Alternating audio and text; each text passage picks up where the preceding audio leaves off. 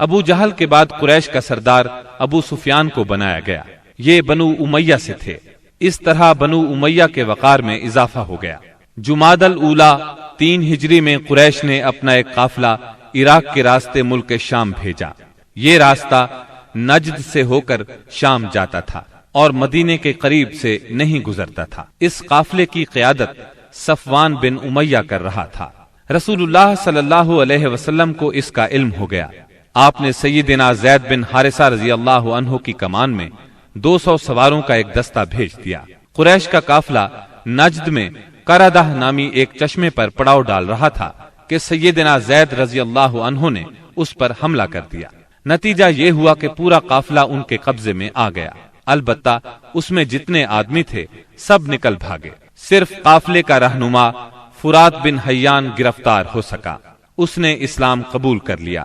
مال غنیمت کی مقدار 1,00,000 درہم تھی اور غزوہ بدر کے بعد قریش کے لیے یہ سب سے زیادہ تکلیف دہ مار تھی۔ غزوہ بدر کے بعد غزوات کے سلسلے میں تیزی آ گئی۔ 3 ہجری میں غزوہ بحران، غزوہ غطفان، غزوہ حمیر الاسد اور غزوہ احد اس سال کامیابی سے لڑے گئے۔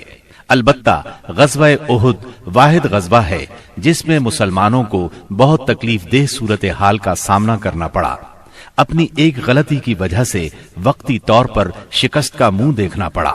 بدر میں ذلت آمیز شکست اور قریش کے بڑے بڑے سرداروں کے قتل کے بعد مکہ معظمہ کے ہر گھر میں کوہرام مچ گیا۔ اب قریش کے سردار ابو سفیان تھے۔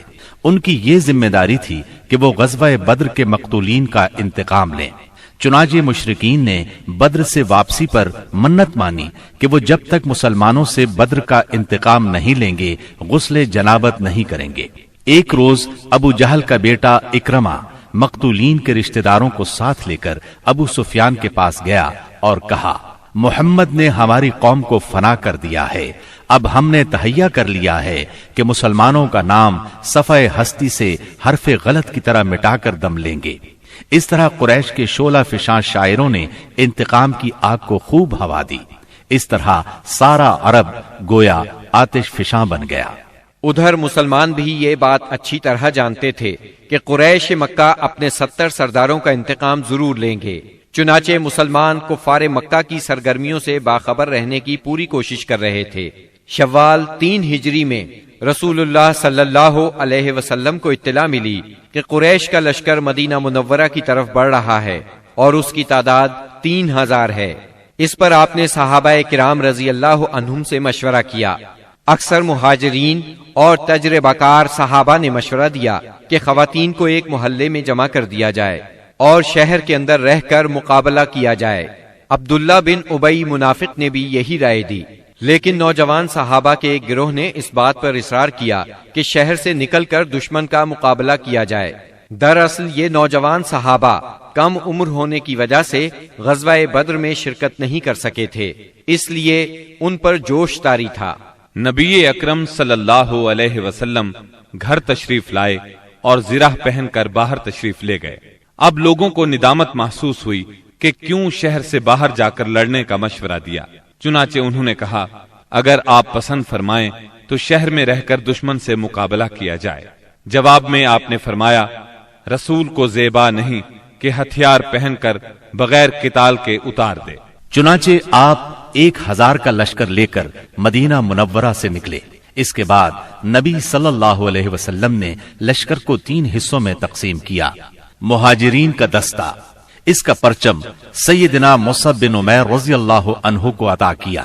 قبیلہ اوس کا دستہ، اس کا علم اسید بن حزیر رضی اللہ عنہ کو عطا فرمایا۔ تیسرا قبیلہ خزرج کا دستہ، اس کا علم حباب بن منذر رضی اللہ عنہ کو عطا فرمایا۔ پورا لشکر 1000 مردان جنگی پر مشتمل تھا، جن میں 100 زرہ پوش اور 50 شاہ سوار تھے۔ سیدنا ابن ام مکتوم رضی اللہ عنہ کو اس کام پر مقرر فرمایا کہ وہ مدینے کے اندر رہ جانے والے لوگوں کو نماز پڑھائیں گے۔ اس کے بعد کوچ کا اعلان فرمایا اور لشکر نے شمال کا رخ کیا۔ سیدنا سعد بن معاذ اور سعد بن عبادہ رضی اللہ عنہما زرہ پہنے نبی صلی اللہ علیہ وسلم کے آگے آگے چل رہے تھے۔ رات احد اور مدینے کے درمیان بسر کی طلوع فجر سے کچھ پہلے آپ پھر چل پڑے اور مقام شوط پہنچ کر نماز فجر ادا کی۔ اسی جگہ سے عبداللہ بن ابی منافق اپنے 300 ساتھیوں کے ساتھ الگ ہو گیا۔ اس نے یہ کہتے ہوئے مدینہ منورہ کا رخ کیا، آپ نے ہماری رائے کو کوئی اہمیت نہیں دی، اس لیے ہم واپس جاتے ہیں۔ اس بغاوت اور واپسی کے بعد رسول اللہ صلی اللہ علیہ وسلم نے باقی ماندہ لشکر کو لے کر، جس کی تعداد 700 تھی، دشمن کی طرف قدم بڑھایا۔ دشمن کا پڑاؤ آپ کے اور احد کے درمیان کئی سمت سے حائل تھا، اس لیے آپ نے دریافت کیا کہ کوئی آدمی ہے جو ہمیں دشمن کے پاس سے گزرے بغیر کسی قریبی راستے سے لے چلے۔ اس کے جواب میں ابو خیثمہ رضی اللہ عنہ نے عرض کیا، یا رسول اللہ، میں اس خدمت کے لیے حاضر ہوں۔ پھر انہوں نے ایک مختصر راستہ اختیار کیا۔ وہاں پہنچ کر نبی کریم صلی اللہ علیہ وسلم نے آگے بڑھ کر وادی کے آخری سرے پر واقع احد پہاڑ کی گھاٹی میں نزول فرمایا اور وہیں اپنے لشکر کا کیمپ لگوایا۔ سامنے مدینہ تھا اور پیچھے احد کا پہاڑ۔ اس طرح دشمن کا لشکر مسلمانوں اور مدینے کے درمیان حد فاصل بن گیا۔ یہاں پہنچ کر رسول اللہ صلی اللہ علیہ وسلم نے لشکر کی ترتیب و تنظیم قائم کی اور جنگی نقطۂ نظر سے اسے کئی صفوں میں تقسیم فرمایا۔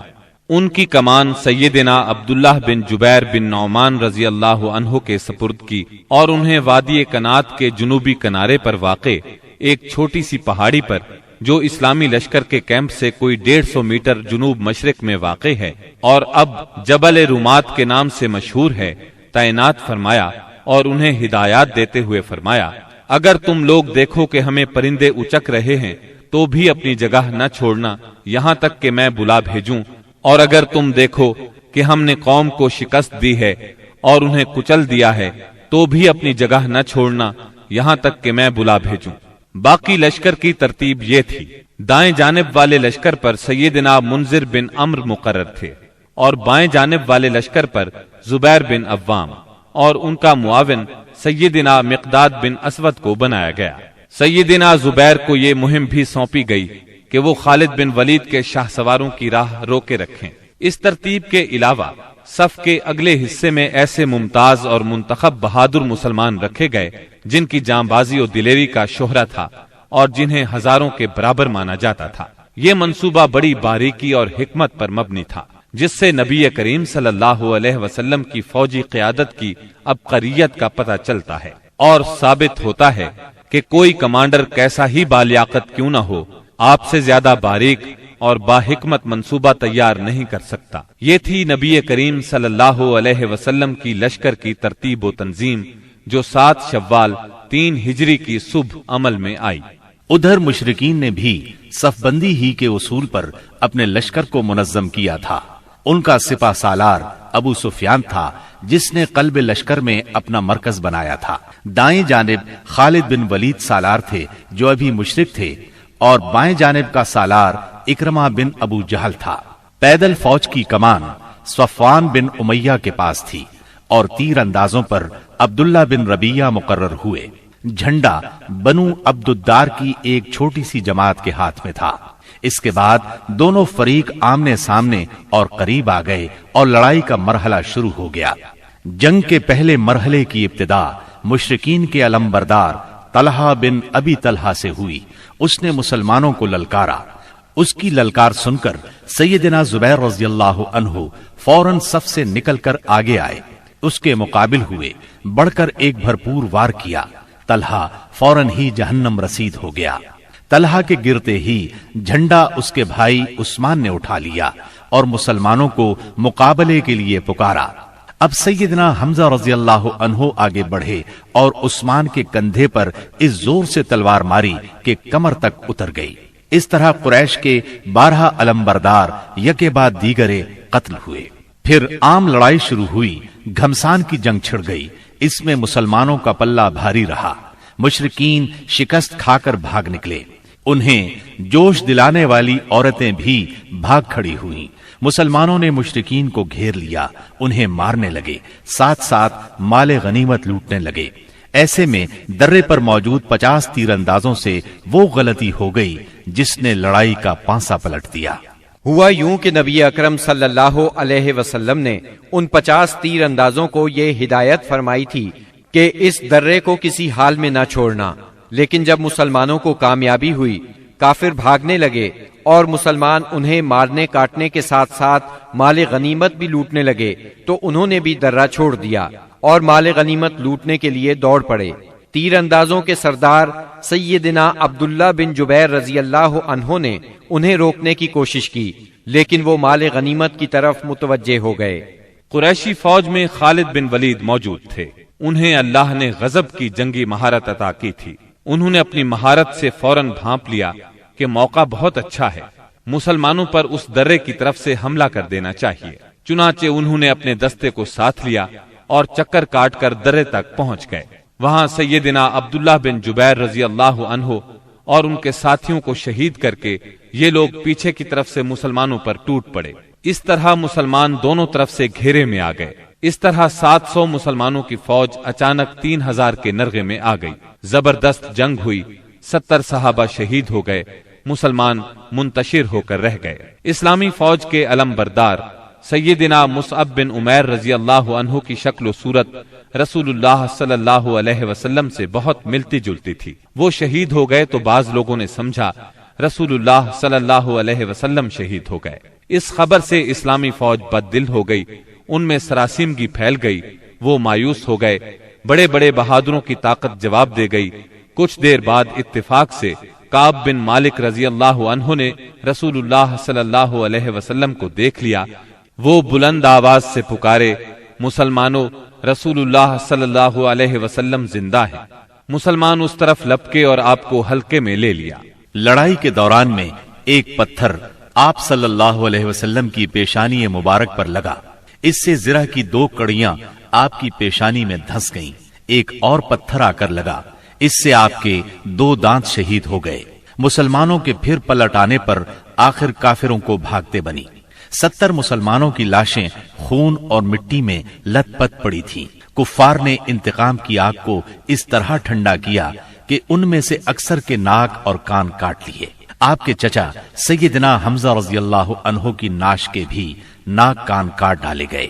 سرور کائنات صلی اللہ علیہ وسلم نے چچا کی لاش دیکھی تو آپ دیدہ ہو گئے، تاہم صبر فرمایا۔ قریش مکہ کے لیے دعا فرمائی، اے اللہ میری قوم کو ہدایت فرما کیونکہ وہ مجھے نہیں جانتے۔ اس کے بعد آپ مسلمان زخمیوں اور شہیدوں کی خبر لینے کے لیے میدان میں تشریف لائے۔ بعض لوگ اس وقت تک بعض شہداء کو مدینے کی طرف لے چلے تھے۔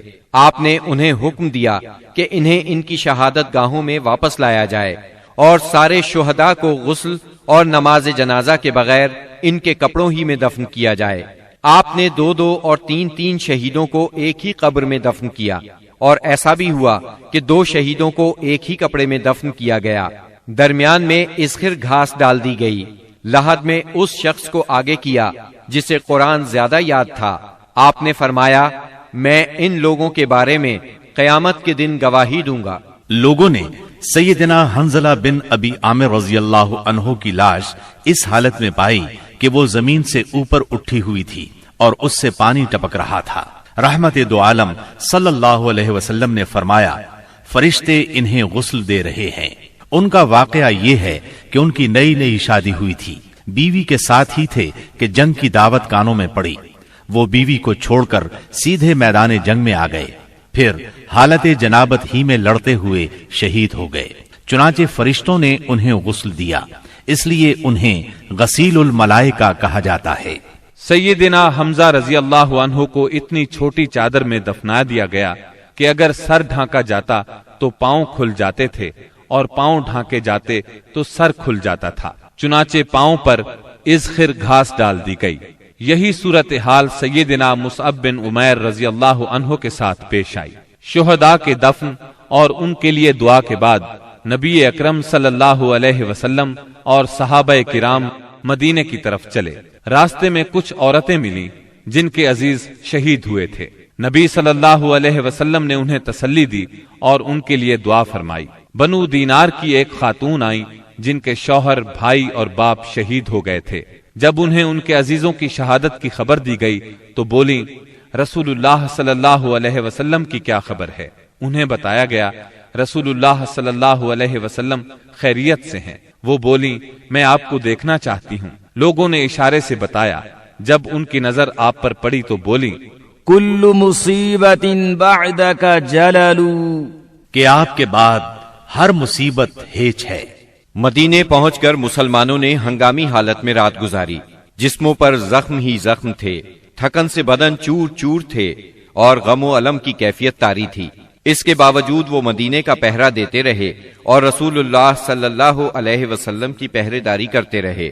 ادھر رسول اللہ صلی اللہ علیہ وسلم نے محسوس کیا کہ دشمن کی نقل و حرکت پر نظر رکھنا ضروری ہے تاکہ وہ مدینے کا رخ کریں تو ان سے کھلے میدان ہی میں دو دو ہاتھ کر لیے جائیں۔ چنانچہ صبح ہوئی تو آپ نے اعلان فرمایا دشمن سے مقابلے کے لیے چلنا ہے، اور صرف وہی آدمی جا سکتا ہے جو احد کی لڑائی میں شریک تھا۔ اس پر لوگوں نے کہا ہم نے بات سنی اور مانی۔ چنانچہ سب لوگ مدینہ منورہ سے روانہ ہوئے۔ آپ نے 8 میل دور حمراء الاسد کے مقام پر پہنچ کر پڑاؤ ڈالا۔ ادھر مشرکین نے مدینہ منورہ سے 36 میل دور مقام روحا پر پڑاؤ ڈالا اور مدینے پر دوبارہ چڑھائی کرنے کا مشورہ شروع کر دیا۔ انہیں افسوس اس بات کا تھا کہ انہوں نے ایک بہترین موقع کھو دیا۔ ایسے میں معبد بن ابی معبد خزائی آپ کی خدمت میں حاضر ہوا۔ یہ آپ کے خیر خواہوں میں سے تھا۔ حمراء الاسد میں آپ کے سامنے پہنچ کر اس نے احد کے واقعے پر تعزیت کی۔ آپ نے اس سے فرمایا تم جا کر ابو سفیان سے ملو اور اس کی حوصلہ شکنی کرو۔ معبد روحا پہنچا۔ اس وقت تک مشرکین مدینے کی طرف پلٹ پڑنے کا فیصلہ کر چکے تھے۔ معبد نے انہیں بری طرح ڈرایا، کہنے لگا محمد ایسی جمعیت لے کر نکلے ہیں کہ میں نے ایسی مثال پہلے نہیں دیکھی۔ وہ سب لوگ تمہارے خلاف غصے سے بھرے ہوئے ہیں، بھڑکے ہوئے ہیں۔ ان پر اس قدر جوش طاری ہے کہ میں نے ایسی مثال پہلے کبھی نہیں دیکھی۔ نیز میرا خیال ہے کہ تم کوچ کرنے سے پہلے پہلے اس لشکر کا ہراول دستہ اس ٹیلے کے پیچھے سے نمودار ہوتا ہوا دیکھ لو گے۔ اس کی باتیں سن کر مکی لشکر کے حوصلے پست ہو گئے، عزائم ڈھیلے پڑ گئے۔ چنانچہ ابو سفیان نے ایک قافلے کے ذریعے سے یہ پیغام بھیجا لوگ تمہارے خلاف ہیں، ان سے ڈرو۔ یہ پیغام انہوں نے اس لیے بھیجا کہ مسلمان ان کی طرف نہ آئیں۔ جہاں تک مسلمانوں کا تعلق ہے اس دھمکی کا ان پر کوئی اثر